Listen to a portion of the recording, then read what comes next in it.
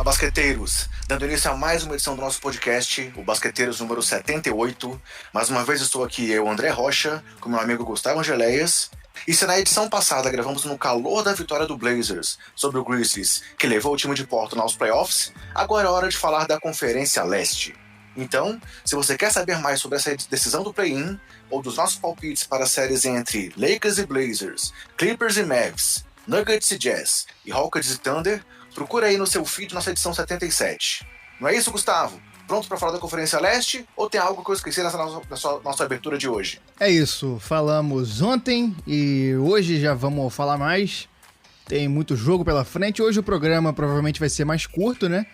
Porque tem duas séries dessa Conferência Leste que são inúteis, basicamente. Mas vamos falar dessas partidas, tem muita coisa pra falar. A gente pode fazer que nem ontem também, um pouco além e falar, chegar até o final dessa série, dando uma de mandinar aqui no Basqueteiros. Mas sinceridade é o nosso lema, mas vamos falar de tudo, né? Vamos acompanhar aqui as 4 séries do Leste. E aí, galera, só lembrando, a gente comentou sobre isso também, a partir dessa segunda-feira serão mais uma vez 4 partidas diárias. Então, todo mundo vai ter que ficar ligado aí o dia inteiro. São 4 jogos todos os dias, a partir de 2 ou 2:30 da tarde, com aquela rodada que acaba ali próximo de 00:30, um pouco mais, dependendo da duração de cada partida. Então, a overdose de basquete vai continuar. E a ideia é que a gente possa falar sobre isso aqui no decorrer das próximas semanas com vocês. Mas antes de começarmos a falar aqui sobre os nossos palpites mesmo, sobre o nosso preview do Leste, vou dar aqueles recados gerais sobre o nosso trabalho para vocês. Nosso podcast está disponível nos principais agregadores, no Deezer, no Spotify e também em áudio no YouTube, sempre com o nome Basqueteiros. Além disso, estamos também nas redes sociais com o nome Basqueteiros e o nome do usuário @BasqueteirosNBA, sendo o Twitter nosso principal canal de comunicação com vocês. E o recado principal, a gente vai reforçar o que a gente já falou ontem aqui, como fizemos na temporada passada, teremos agora durante os playoffs o nosso Basqueteiroffs, que são podcasts mais curtos, trazendo o melhor dos jogos que acabaram de acontecer na rodada. Não é isso, Gustavo? Exatamente, a gente vai decidir ainda o formato, vamos ver como é que vai ser, vamos trabalhar um pouco e a gente conta com o retorno de todo mundo aí, para falar que forma vocês preferem. Mas vai ter, alguma coisa vai ter, a gente vai aparecer aqui diariamente, ou praticamente isso, ou quase isso, pra atualizar o que tá acontecendo nos playoffs. Bora então falar da Conferência Leste, cara? Vamos lá. Para começar, galera, vamos trazer, como a gente fez na edição 77, a classificação das duas conferências, só para situar quem aí pode estar um pouco por fora de alguma informação, ou para quem não ouviu a edição 77 antes de ouvir essa 78. Na Conferência Leste, a classificação final dos times que foram até a bolha ficou Milwaukee Bucks em primeiro, Toronto Raptors em segundo, Boston Celtics em terceiro, Miami Heat em quarto, Indiana Pacers em quinto, Philadelphia 76ers em sexto, Brooklyn Nets em sétimo, Orlando Magic em oitavo e Washington Wizards eliminado em nono. Já no Oeste, o Lakers ficou em primeiro, o Los Angeles Clippers em segundo, Denver Nuggets em terceiro, Oklahoma City Thunder em quarto, Houston Rockets em quinto, Utah Jazz em sexto, Dallas Mavericks em sétimo, Portland Trail Blazers venceu o play-in. Ouça nossa edição 77 para saber os detalhes desse jogo. Ficou em oitavo, o Memphis Grizzlies ficou em nono, o Phoenix Suns em décimo, aí o queridinho da bolha, que teve aquela campanha incrível de 8-0, San Antonio Spurs em 11º, San Antonio, que teve aí pela primeira vez depois de 22 anos fora dos playoffs, Sacramento Kings em 12º e New Orleans Pelicans em 13º. E agora, então, a gente vai começar a analisar, a destrinchar, trazer alguns dados dos confrontos da Conferência Leste, começando aí com o grande Milwaukee Bucks, o time aí que teve a campanha de 56-17, né? Acabou sendo a melhor campanha da NBA nessa temporada, que enfrenta o 8º colocado Orlando Magic. E aí, antes de começar a analisar, vou trazer aqueles dados básicos aqui sobre o confronto. Na temporada, o confronto foi 4-0 para o Bucks, sendo os 4 jogos antes da bolha. Em playoffs, eles se enfrentaram apenas uma vez na história, que foi na primeira rodada de 2001, vitória do Bucks por 3-1. E a gente sabe aí que, falando em desfalques, que o Orlando Magic perdeu o Jonathan Isaac. O cara voltou a jogar agora, vinha de uma lesão, teve uma nova lesão séria aí no joelho, não tem previsão ainda de retorno, e aí vai desfalcar o time do Orlando nessa reta final, nesse começo de playoffs, nessa reta final de temporada. Na bolha, os dois times tiveram uma campanha de 3 vitórias e 5 derrotas. E aí, falando aqui das estatísticas, os principais números de cada uma das equipes, pelo Milwaukee, o Giannis Antetokounmpo, o atual MVP, e na disputa aí pelo bicampeonato do prêmio de MVP, teve 27,8 pontos por jogo, 12,2 rebotes, 4,2 assistências e 1,3 tocos. Brook Lopes jogou demais aí em Orlando, teve 20,4 pontos por jogo, 2 tocos e 43,9% nas bolas de 3. E Chris Middleton também foi muito bem, com 19,7 pontos, 5,9 rebotes e 5,7 assistências. Já pelo lado do Magic, Nikola Vucevic foi o principal nome, com 20,4 pontos por jogo, 9,6 rebotes, 52,8% de aproveitamento nos arremessos, 40% nas bolas de 3. E Aaron Gordon teve 15,3 pontos, 8,2 rebotes, 51,2% nos arremessos e 45,5% nas bolas de 3. E aí, Gustavo, para começar a nossa discussão, eu quero te perguntar uma coisa. Galera, já vou falar, é brincadeira, tá? Não achem que é uma pergunta séria, mas... E aí, Gustavo? O quanto o Orlando vai sentir falta do Jonathan Isaac? O caboclo que eles tinham aí no time para tentar parar o Giannis Antetokounmpo. Muita falta. O Isaac é um jogador defensivo impressionante, mas que tem sofrido muito com questões de lesão, né, cara? Já vinha de uma lesão muito séria e aí agora tá em outra lesão muito séria. E até uma questão meio irônica, né, cara? O maluco foi o único jogador daquela partida que não se ajoelhou. Se eu não me engano, foi o primeiro cara da bolha a não se ajoelhar. Foi mesmo. E a lesão dele justamente no joelho. Então, é uma ironia aí dessas que a gente monta uma historinha, uma narrativa que, na verdade, é coincidência, obviamente. Mas aconteceu isso e é um cara defensivo muito bom e provavelmente seria o cara para marcar o Giannis. A defesa de Orlando, que não foi destaque na bolha, mas foi destaque no resto da temporada, é uma característica desse time de fazer os jogos ficarem feios, estudados, diminuir o ímpeto dos outros times, jogar mais devagar, mas não tem como. O Bucks é um time inacreditável.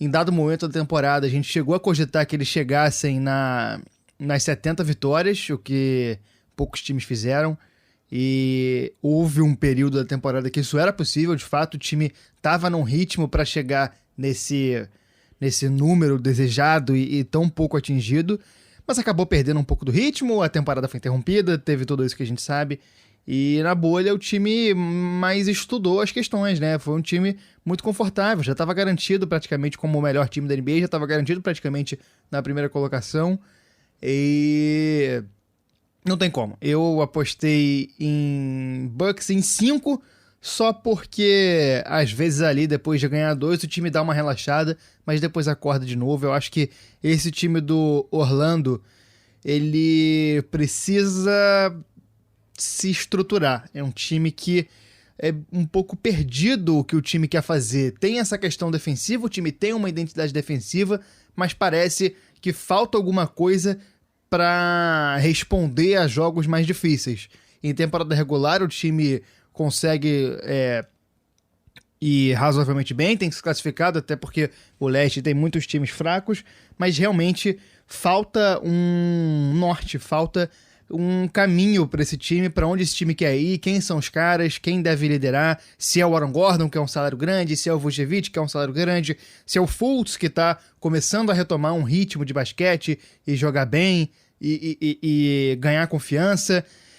Tem muita coisa nesse Orlando que falta para ser um time que chegue em segunda rodada de playoff. A gente não tá falando nem de título aqui ou de final de conferência. Um time, se quer ir longe, começar a ir longe nos playoffs, precisa se acertar, precisa ver o que vai fazer. E aí isso é questão de diretoria. E a gente sabe que a diretoria do Orlando é daquelas que parece que não sabe o que tá fazendo. As decisões são sempre muito esquisitas. Jogadores que saem de Orlando acabam sempre jogando bem. É o caso do Oladipo, talvez o maior deles, que é um cara que foi escolhido por Orlando na segunda posição, né? Ele foi draftado por Orlando lá atrás e saiu do time, acabou que beleza, ele saiu do time antes, foi pro Thunder e aí lá também não jogou bem, só foi estourar no Indiana, mas se o cara tinha esse potencial, o time não conseguiu extrair do jogador incrível que o Oladipo é um potencial de estrela. Então, falta muita coisa para Orlando e eu acho que isso precisa começar a ser visto. Deram azar, claro, de pegar o Bucks. Quer dizer, não sei se deu tanto azar, porque o time não campanha, conseguiu, né? não conseguiu nem passar do Nets, sabe? O Nets totalmente desinteressado, sem time pra jogar. O Orlando não conseguiu passar, então é um time broxante quase, né, cara? Quase não, é broxante. É um time que podia apresentar mais. Tem peças boas, tem um técnico... Pô, o Clifford, se não é dos melhores técnicos, também não é dos piores. Então, é realmente falta alguma coisa para esse Orlando e que precisa ser acertada para o time ir mais longe. E minha aposta é Bucks em 5, se não for em 4. É justamente isso, assim, eu acho que a grande questão é essa. Nem a questão de ultrapassar o Brooklyn Nets, claro, a gente sabe que o Nets surpreendeu muita gente com a vontade que apresentou nessa bolha. Vide aquele último jogo contra o Blazers, que a gente comentou sobre ele na edição passada, mas assim, não era uma expectativa de que o Nets tivesse muito a demonstrar nesse período. Então, a gente comentou sobre isso antes da bolha, dos jogos da bolha começarem, que era a questão de que provavelmente o Orlando Magic ia ficar em 7º. E se eles conseguissem isso, tudo bem, iam pegar o Toronto, que não ia ser nada fácil, mas iam evitar o cruzamento com o Milwaukee, que é o melhor time da temporada, pelo menos em termos de campanha. Então, se você tem o Giannis pela frente, você foge, amigo. Seja na quadra ou seja então, num confronto de playoff.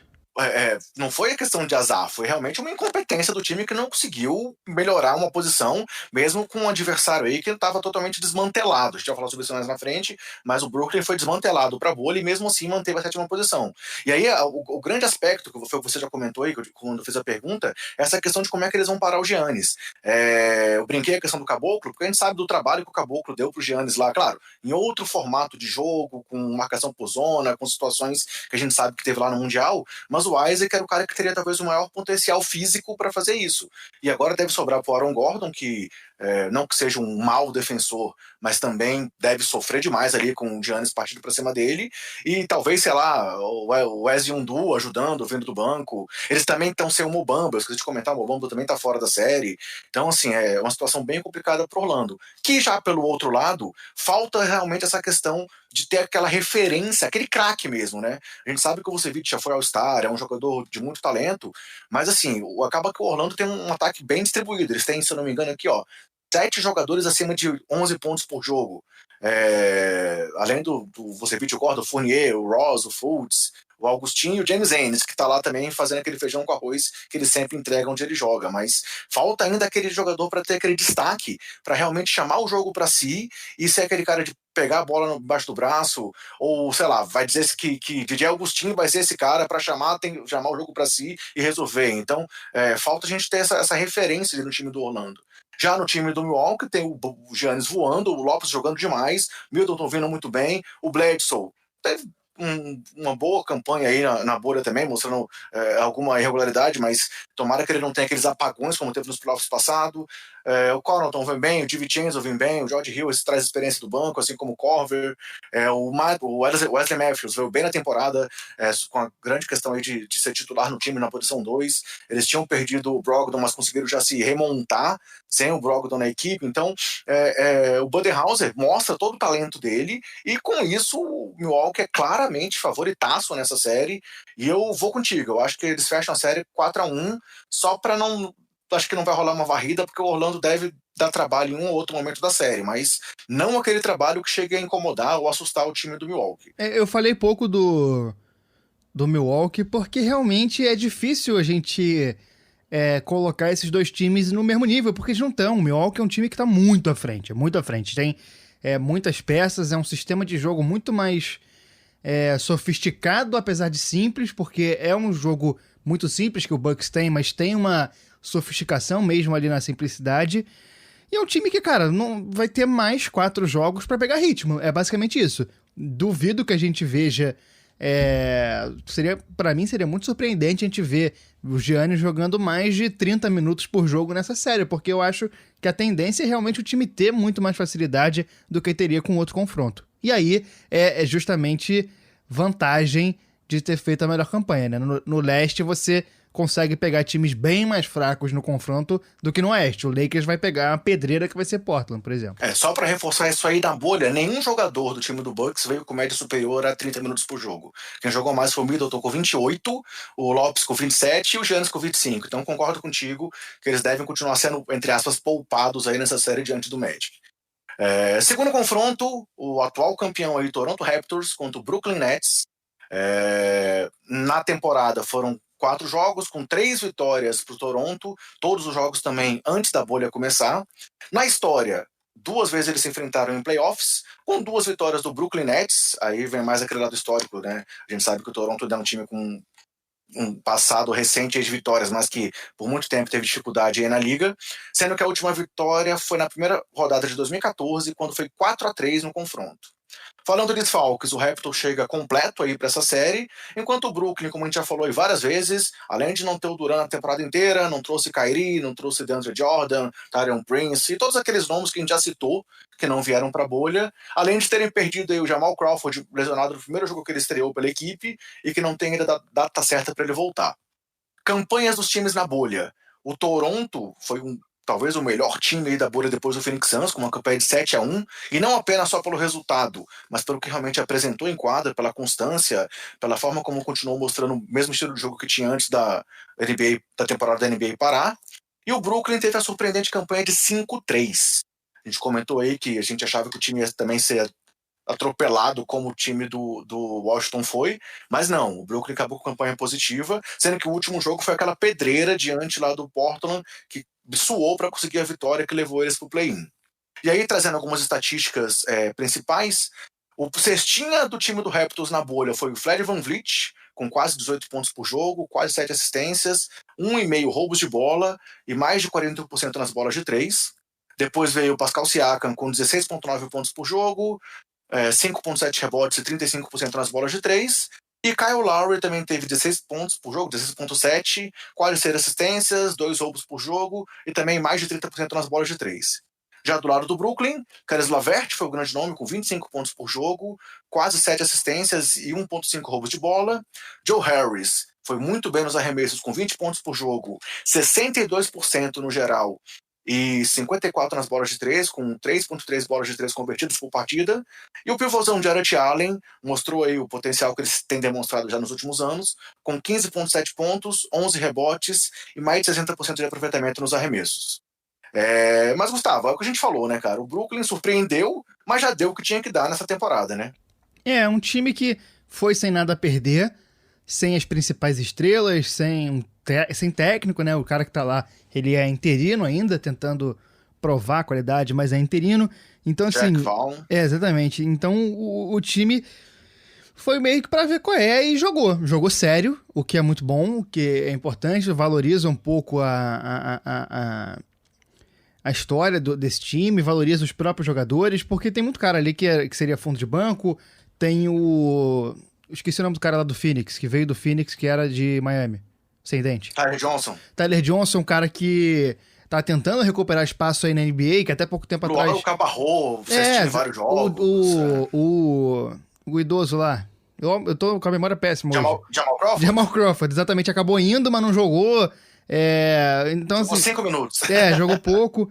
Então, assim, é um time novo que foi jogar e é pra curtir, né, cara? E esses caras aproveitarem a oportunidade pra ver se ganha um contrato, se mostra de novo pra NBA, mas vai pegar um dos melhores times da temporada. E aí é realmente muito complicado. A gente vê que os principais jogadores do time, tirando o Caris LeVert, que é um cara muito bom, que tem muito potencial, são jogadores coadjuvantes, que é o caso do Joe Harris e do Jarrett Allen. Nesse momento da NBA, eles não têm condição de serem jogadores principais de um time que quer almejar grandes coisas. Então, não tem como. É um time que, para fazer um calor na melhor defesa da temporada, é muito difícil. É muito pouco provável que isso aconteça, até em momentos específicos, né? Até é difícil a gente ver um jogo que o Brooklyn consiga dominar. Eu não consigo imaginar esse cenário. Pode acontecer, mas realmente acho pouquíssimo provável.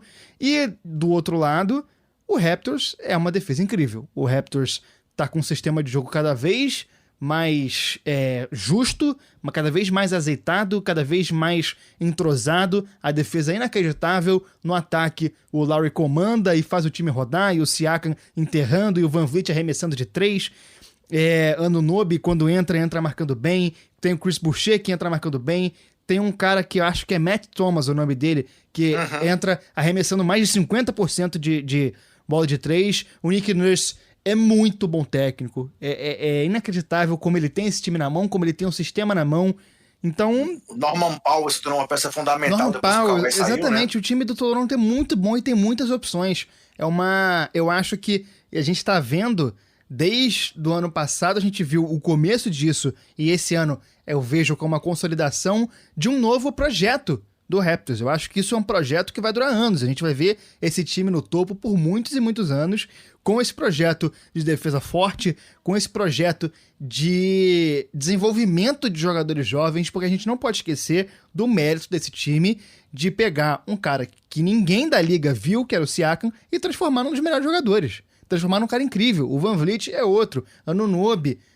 Todos esses caras são caras que são moldados pelo sistema de desenvolvimento de jogadores jovens do Raptors. Isso é um mérito gigantesco do projeto dos caras e faz muita diferença. Isso faz muita diferença e a gente vê nisso num time que perde um cara do nível do Kawhi Leonard e continua tão bom quanto, se não for melhor. Exatamente. Enquanto o projeto aí do Brooklyn era para a temporada que vem desde o começo, quando contrataram o Durant já foi pensando no futuro, o projeto do Raptors é se manter na ponta enquanto, entre aspas, conseguir. Eles conseguiram aí chegar ao topo da NBA com aquela transação de mestre, trazendo o Kawhi para ser o craque do time, e mesmo sem o Kawhi, o Nick Nurse mostrou aí todo o seu talento, mostrou por que o time apostou nele, porque ele realmente está aí como fortíssimo candidato a técnico do ano, e trazendo o melhor de todo o seu elenco. É um time com uma rotação muito forte, como eu falei, o Norman Powell vindo muito bem do banco, muito bem assim, para substituir o Kawhi, né? Claro, não substituir em talento ou em habilidade, mas no aspecto tático, revezando ali os minutos dele com o Anunoby, você falou do Boucher, tem jogadores jovens aí, o próprio Matt Thomas, o Terence Davis, são caras que vêm com pouca experiência, pouca visibilidade, mas que estão entregando o que é preciso deles. E claro, tem em contrapartida a experiência do Ibaka, do Gasol. Então o time do Toronto realmente é um time que é muito superior ao time do Brooklyn, inquestionavelmente. Temos aquela questão famosa aí das torontadas, que não ocorreram no ano passado, né? Apesar deles começarem os playoffs perdendo pro Orlando Magic o jogo 1. Depois o time mostrou todo o seu talento, mas pode ser que alguém acredite que eles pudessem dar alguma tropeçada dessa vez, mas como não tem mando de quadra, vamos ver aí se realmente essa praga do Toronto acontecia realmente só lá em Toronto, ou se tem a ver realmente com o primeiro jogo do time nos playoffs. Mas para mim esse aí é o confronto mais desequilibrado, mais até do que Orlando e Milwaukee. E mesmo, a gente não comentou, mas mesmo o Milwaukee lá, que teve só aquele um joguinho de suspensão do Giannis que todo mundo questionou, aqui não tem muito aí do que questionar nesse aspecto, mas pra mim esse jogo é 4-0, é a única varrida que eu tô apostando na primeira rodada. E você? Pra mim é 4-0 também, tinha que ser até que nem ping-pong, que ping-pong 7-1 elimina, 6-0 também. Esse jogo meteu 3-0, elimina logo e parte pra próxima. Fechou.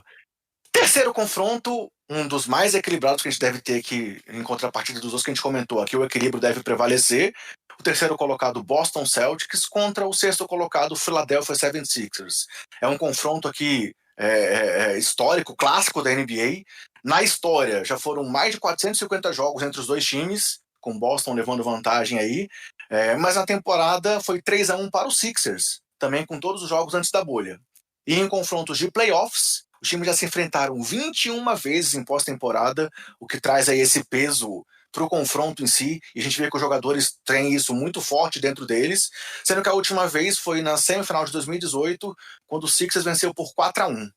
É um confronto totalmente ligado para essas questões emocionais. E aí, falando em desfalques, o Boston chega aí completo, sofreu muito com desfalques na temporada. Tem aí o Kemba Walker ainda não 100%, mas está completo. Enquanto o Philadelphia 76ers tem o grande desfalque de Ben Simmons. Vamos falar sobre isso quando a gente for comentar a série, mas não dá para negar que é um desfalque seríssimo, porque ou para alguns o melhor, ou para outros o segundo melhor jogador do time. Na bolha, o Boston teve uma campanha de 5-3 e o Philadelphia uma campanha de 4-4. E aí os destaques de estatística do time são, pelo time de Boston, Jason Tatum, com 22,4 pontos, 6 rebotes, 1,4 roubos e quase 45% nas bolas de 3, com 3,1 bolas de 3 por jogo. O Brown, com 19,6 pontos, 6,6 rebotes, também 1,3 roubos, bem próximo do Tatum, e também 3,1 bolas de 3 por jogo. Coincidência, os dois meteram no mesmo número de bolas de 3 aí nos jogos em Orlando. Gordon Hayward veio muito bem nesse retorno, com quase 19 pontos por jogo, quase 8 rebotes e 33% nas bolas de 3. E só para completar o que eu falei, que o Kemba ainda não está 100%, o Kemba jogou só 25 minutos por jogo aí na bolha. Já pelo lado de Filadélfia, o cestinha do time na bolha foi o Tobias Harris, com 21,7 pontos, quase 8 rebotes e 40% nas bolas de 3. Joel Embiid teve 20,1 pontos, 10,4 rebotes, um roubo e um toco. E aí eu trouxe aqui, a gente não trouxe os dados do Simmons que tá fora, eu trouxe aqui um destaque para os números do Raulzinho. O Brazuca aí acaba tendo alguns minutos com o Ben Simmons fora, né, disputando ali com o... Nem fugiu o nome do outro armador, cara, fugiu agora aqui. Shake Milton. Shake Milton, e aí o Raulzinho teve 12,6 pontos, 3,6 assistências, 46,8% de aproveitamento nos arremessos e 35,3% nas bolas de 3. E aí, vale citar, para começar a nossa análise aqui, também um caso de lei do ex, né? Afinal, o Al Horford saiu de Boston para Filadélfia, sendo que um dos destaques foi que o Filadélfia conseguiu tirar o Horford, que era o principal marcador do Embiid. Agora vamos ver como é que a série vai se definir com o Horford do outro lado. E aí, Gustavo, o que você tem para falar pra gente desse duelo clássico aí da NBA?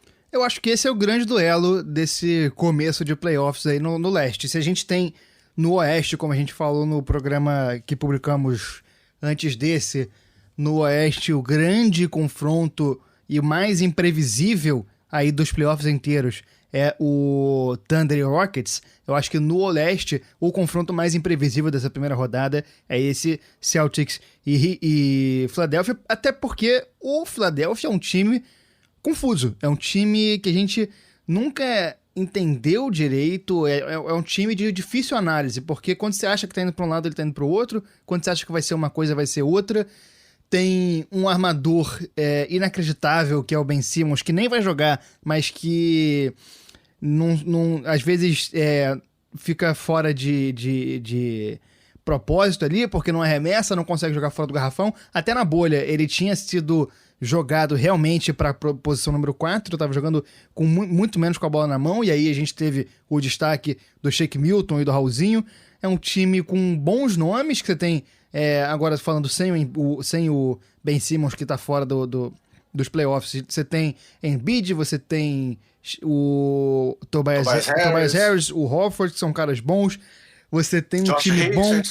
Você tem o Thybulle, que vem sempre bem do banco. Você é um time que tem peças boas, mas que demorou um pouco a se encontrar. E estava se encontrando com o Ben Simmons em outra posição, e sem ele disponível, vai ter que se reorganizar aí em volta do Embiid. Realmente, a responsabilidade cai muito mais em cima do Embiid agora. Ele vai ter que ser o cara desse playoff, e a gente vai ver o nível de maturidade que o Embiid tá para poder liderar o time do Philadelphia num jogo de playoff. Talvez ele não esteja, talvez ele esteja. A gente já viu em alguns momentos o Embiid mostrando uma certa imaturidade, como aquela questão do Karl Anthony Towns, que ele fica maluco para enfrentar, às vezes ele fica insistente numa história, faz muita falta, sai logo. Então eu acho que isso é um teste pra gente ver o Embiid. E o Philadelphia eu não consigo achar que vai ser eliminado fácil, mas também não consigo ver uma forma desse time vencendo o Celtics, porque o Celtics é um dos times mais organizados da NBA, é um dos times que os jogadores sabem bem as funções que tem que fazer, é um time que é muito bem treinado. O Brad Stevens, para mim, é um dos melhores técnicos dessa leva de novos técnicos, para mim, da NBA, um dos melhores técnicos. É um cara que tem o time na mão, um cara que tem um sistema de jogo bem definido, um dos melhores desenhadores de jogadas depois de tempo. O cara consegue fazer mágica ali na pranchetinha. E eu acho que uma das chaves dessa série é a marcação do Embiid. Será que o Daniel Theis consegue marcar o Embiid perto do que o Horford fazia? Porque se não conseguir, se o Embiid deitar em cima do Theis, como ele já fez em cima de outros pivôs da NBA, pode ser que o Philadelphia surpreenda. Realmente. Tais que fez uma ótima temporada, né? Fez uma ótima temporada. Parecia que o Celtics ia sofrer muito mais sem o Horford, mas o Thais jogou bem e o time tem outras opções ali. Às vezes o time vai jogando mais baixo ainda. Entra com um lineup de Kemba, Tatum, Jaylen Brown, Marcus Smart, e aí o Thais é uma lineup bem baixa e muito rápida. Contra-ataque, habilidade. O Tatum, porra, é inacreditável, um jogador com muito potencial e já mostrando coisa agora. E acho também que é realmente isso, assim, é uma série que coloca dois grandes times, uma rivalidade grande, e pra mim, dá Celtics em 7. Eu também acho que o jogo vai passar muito pelo Embiid, cara. O Embiid é um cara que ele diz que acredita que ele pode ser dominante contra qualquer time e jogador na liga, e realmente potencial para isso ele tem, mas é o que você falou, tem toda essa questão de como é que ele lida com o emocional. Ele é um cara que é muito pilhado, que às vezes ele leva isso positivo, mas às vezes ele se perde nas partidas, força jogadas em finais de jogos, ainda mais sem o Ben Simmons do lado dele agora, tem que ver até que ponto ele vai confiar no Tobias Harris como um jogador para ele passar a bola para decidir um jogo. Tem esse encaixe dele com o Horford, que muita gente achava que não ia dar certo no começo da temporada e realmente não deu o que se esperava de positivo pela organização de Filadélfia. O Alec Burks é um cara que cresceu na bolha agora, mas tem que saber até que ponto eles vão apostar nele, porque eles trouxeram o Burks e o Glenn Robinson lá na trade deadline, e depois parecia que não tinha espaço para esses caras entrarem na rotação. Não sei se o Brett Brown não foi favorável às contratações, mas aí já é especulação da minha parte. Mas realmente tem que saber como é que o Philadelphia vai se encaixar sem o Ben Simmons, porque eles desenharam um novo esquema para o Ben Simmons e agora se viram realmente tendo que jogar com o Al Horford na posição 4, como estavam tentando evitar de acontecer para não colocar ele e o Embiid juntos em quadra. E aí vai que o Celtics entra com esse time baixo que você falou, o jogador da posição 4 deles tem sido realmente o Hayward ou o Tatum, não sei até que ponto o Horford consegue acompanhar esses caras numa marcação individual, então, apesar de ser um grande defensor, mas os caras são muito mais rápidos do que ele, mas então vai passar muito pelo que o Embiid vai conseguir levar esse time de Filadélfia. Já pelo Boston, o Brad Stevens, como você falou, é um gênio, o Tatum e o Brown estão jogando demais, o Jaylen Brown também é um cara que cresceu demais essa temporada, e se o Kemba vai estar 100%, mas que o time tem muito mais possibilidades e tem muito mais alternativas é inquestionável. E mostrou muito mais até agora, né, cara? Na temporada, sim, o Celtics realmente pareceu ser muito mais time do que o Philadelphia, que sempre foi claudicante, né? Ainda mais fora de casa. Isso, o Shake Milton é um cara que não passa tanta confiança, o Raulzinho tem alguns minutos, mas também é um cara que não consegue decolar para assumir a posição de titular. Teve essa grande chance aí agora com o Ben Simmons fora, mas o Brett Brown não confia nele para dar essa oportunidade plenamente. Aí tem que apostar às vezes em Mike Scott vindo do banco. Então, por mais que o time tenha aqui 10 jogadores com médias acima de 9 pontos por jogo na bolha, é um time muito menos profundo do que o time de Boston. Então, eu não confio tanto ainda, assim, eu sei que o Embiid é um monstro que pode surpreender, mas eu aposto que o Boston leva em 6 jogos. Eu não acho que vai chegar a 7 jogos como você palpitou, não. Eu acho que em 6 jogos o Boston se classifica aí para a semifinal de conferência. E vamos pro último duelo então? Vamos fechar essa análise da primeira rodada? Vamos. Último duelo, o confronto aí quente também entre Indiana Pacers em quarto colocado e Miami Heat em quinto. Durante a temporada foram 4 jogos, com 3-1 para o Heat, sendo que teve 2 jogos na bolha, onde aconteceu um empate em 1-1, sendo que no primeiro jogo, foi aquele jogo lá em que o Jimmy Butler quis parar o TJ Warren, que vinha quente na bolha e realmente parou. E o último jogo foi nessa última rodada aí, com várias reservas em quadra, mas foi onde o Pacers conseguiu realmente manter a quarta colocação e manter o Heat na quinta. Em playoffs já foram 4 confrontos, sendo 3-1 para o Heat, o histórico aí do duelo, sendo o último confronto nas finais do Leste de 2014, lá no Big Three do Heat, que venceu por 4-2. Em desfalques, o Miami chega completo, enquanto o Indiana não tem o Jeremy Lamb, e o Sabonis segue de fora, por mais que o Nate McMillan ainda acha que ele vai voltar, não tem uma previsão de volta aí do lituano. Na bolha, o Indiana teve uma campanha de 6-2 e o Miami de 3-5. E os destaques estatísticos dos times são, pelo lado de Miami, o TJ Warren com 31 pontos por jogo, 6,3 rebotes, 57% de aproveitamento nos arremessos e 52% nas bolas de 3. Malcolm Brogdon, que voltou muito bem de lesão, com 18,2 pontos, 6 rebotes, 6,3 assistências e também mais de 43% nas bolas de 3. E o Vitor Oladipo, que ainda não está 100%, aparentemente fisicamente, mas teve seus 16 pontos por jogo, quase 7 rebotes, um roubo e mais de 34% nas bolas de 3. Já para o lado do Miami Heat, não tivemos nenhum jogador com mais de 28 minutos por jogo, tal qual aconteceu lá no Milwaukee. O cestinha do time foi o novato Tyler Hero, na bolha, com 17,6 pontos e quase 38% das bolas de 3. O segundo cestinha foi o Goran Dragic, com 17 pontos, quase 6 assistências e quase 2 roubos. E o terceiro cestinha foi Jimmy Butler, com 16 pontos, 6,8 rebotes, quase 3 roubos de bola, mas que jogou apenas 4 jogos na bolha. E aí, para começar esse duelo, eu quero te perguntar sobre a treta Jimmy Butler e TJ Warren. A gente sabe que eles tiveram um jogo muito quente aí antes da temporada regular começar, ou antes da temporada regular parar. O Butler acabou de dizer que isso é passado, que eles têm que deixar isso lá para trás, mas ele fez questão de, quando foi enfrentar o Indiana, falar que queria parar o TJ Warren já na bolha. Você acha que esse duelo aí pode ser um ponto marcante dessa série, cara? Eu acho que esse duelo é a chave desse duelo, dessa série. Eu acho que pra gente ter uma série longa ou curta, o que vai definir é justamente o quanto o TJ Warren vai conseguir se criar para cima do Jimmy Butler. É óbvio que o TJ Warren, como principal jogador do Indiana, é uma coisa que começou agora, recentemente, a gente não sabe se isso vai se manter. E o time do Indiana é questão do sistema, né? É um time que não faz nada muito sofisticado, mas também não é tão simples. É um time que fica sempre ali no meio de tudo, um ataque consistente, que arremessa pouco de 3, é um ataque, uma defesa arrumadinha, né? A história que o Bola Presa sempre fala que é o time arrumadinho.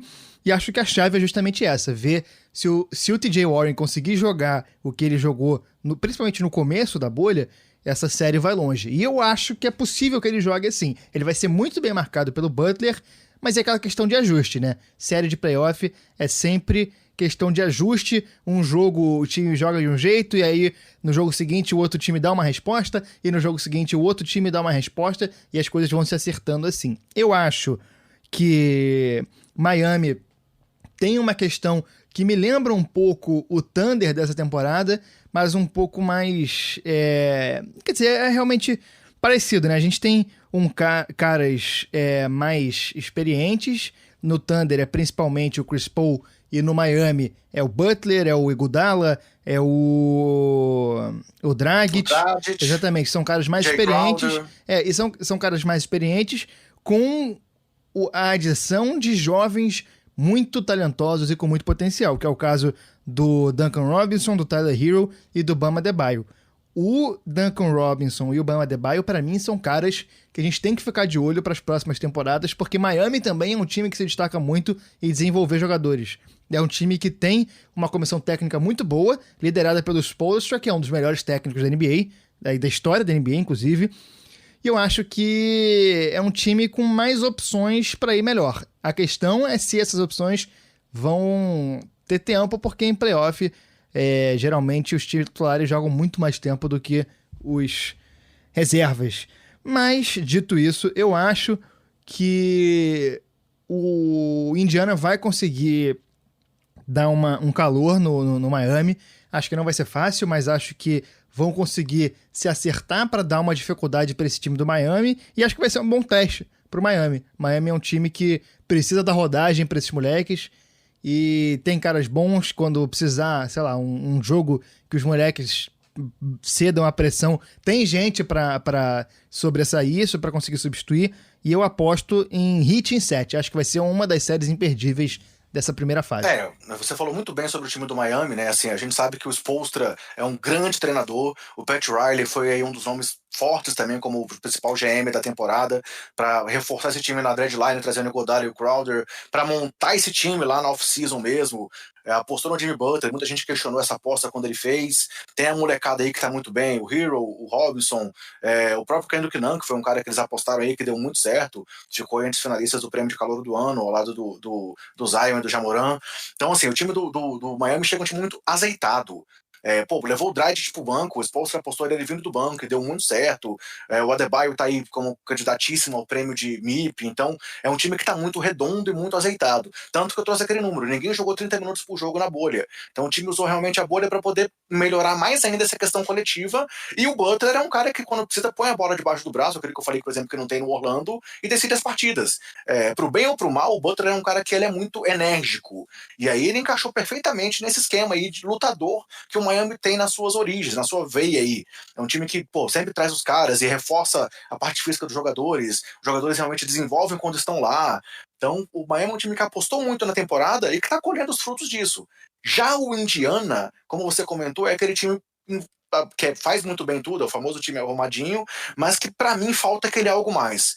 Como o Oladipo não voltou ainda tão bem, realmente o Warren acabou crescendo, mas para mim falta essa questão desse cara para fazer a diferença. Brogdon é um ótimo jogador, o Miles Turner é aquela, já tá indo para mim naquela linha de eterna promessa. E aí, nesse aspecto, a falta dos Sabonis vai ser muito importante. Então, às vezes o time não sabe para que lado eles querem ir. Será que eles vão botar a bola na hora de decisão realmente embaixo do braço do Warren? Ele vai decidir um jogo ou não? O Warren foi talvez a Cinderela individual dessa bolha. Primeiro cara a ter jogo de 50 pontos dentro do complexo de Orlando. Mas assim, eu não consigo achar que esse time do Indiana possa realmente surpreender o time do Miami. Se o Indiana é o time arrumadinho, esse elenco do Miami também é muito, muito arrumadinho. A gente vê que tem vários jogadores entregando ali também mais de 10 pontos por jogo. São 8 ou 10 jogadores acima de 10 pontos por jogo. Então, é um time que também está fazendo uma rotação muito azeitada.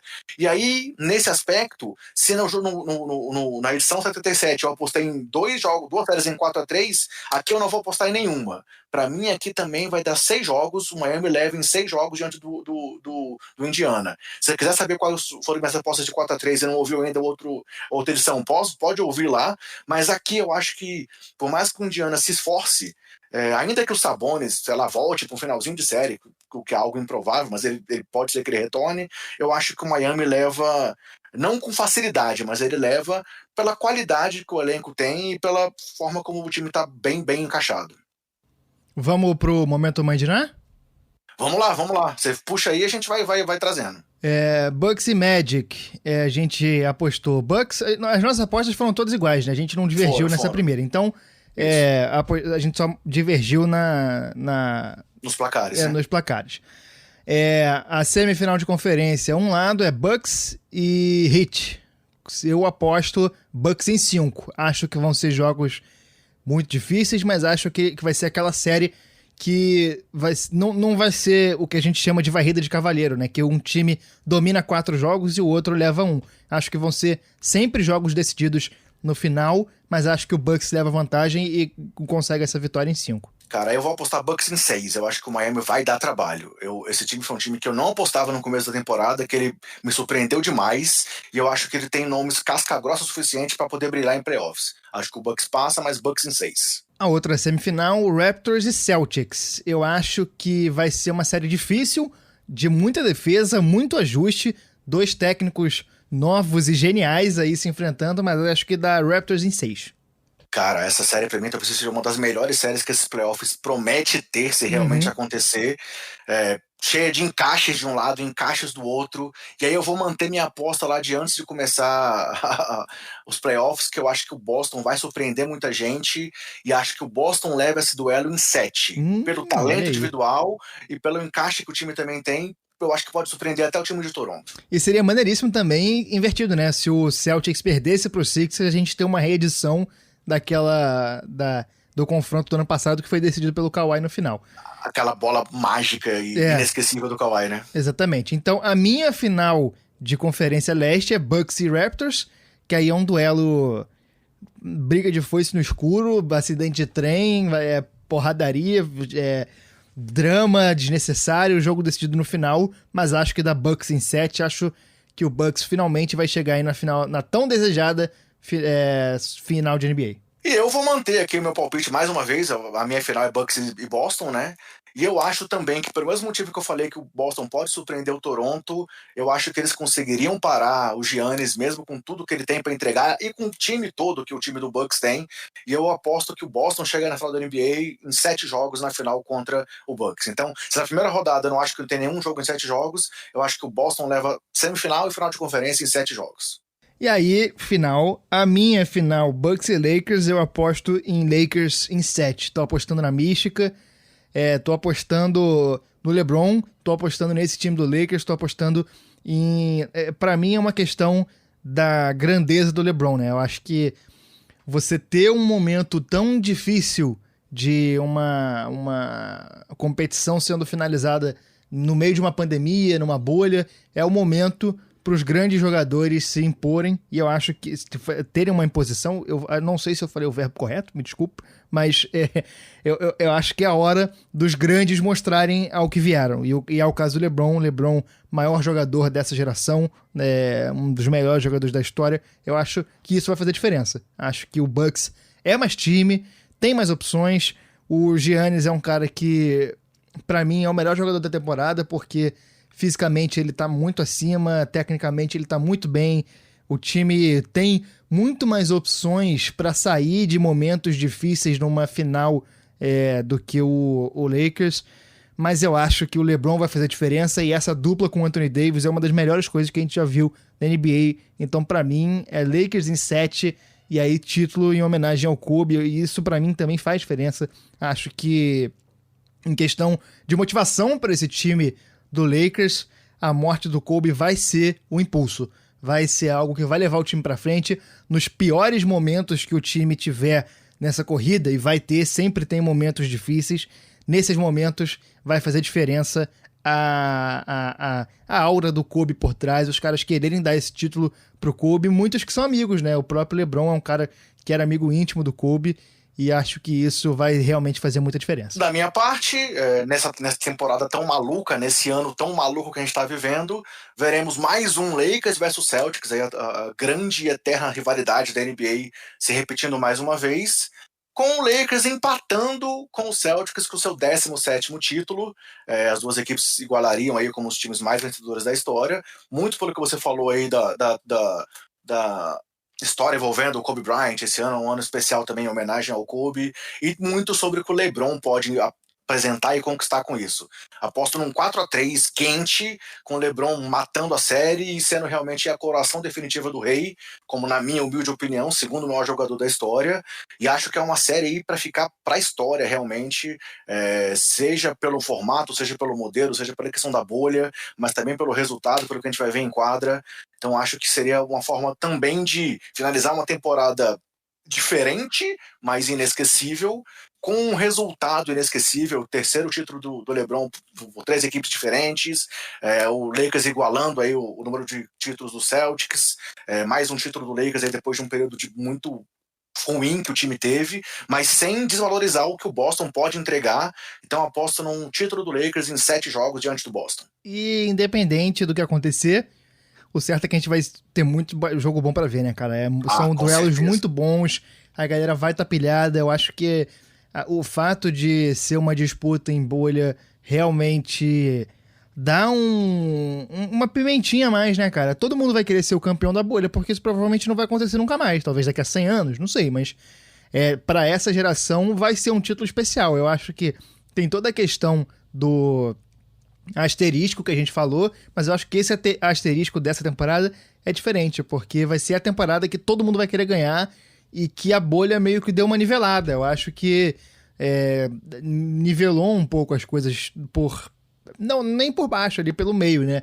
Deu uma pausa, quem tava quente esfriou, quem tava frio teve a oportunidade de esquentar de novo. Então eu acho que vai ser uma temporada histórica, e que sorte a nossa de poder acompanhar isso, né? Em momentos tão difíceis de pandemia e de confinamento e de dificuldades e tudo mais, governo fascista, essas coisas todas, a gente poder esquecer um pouquinho da realidade e falar muito de basquete, falar muito de NBA, e prestar muita atenção no que esses caras vão apresentar pra gente. Perfeito, assim a gente fecha o nosso preview, mas antes de fechar o programa, 2 curtinhas só aqui para poder deixar registradas. A primeira, como eu não poderia deixar de falar mais uma vez, Chicago Bulls demitiu Jim Boylen, até que enfim.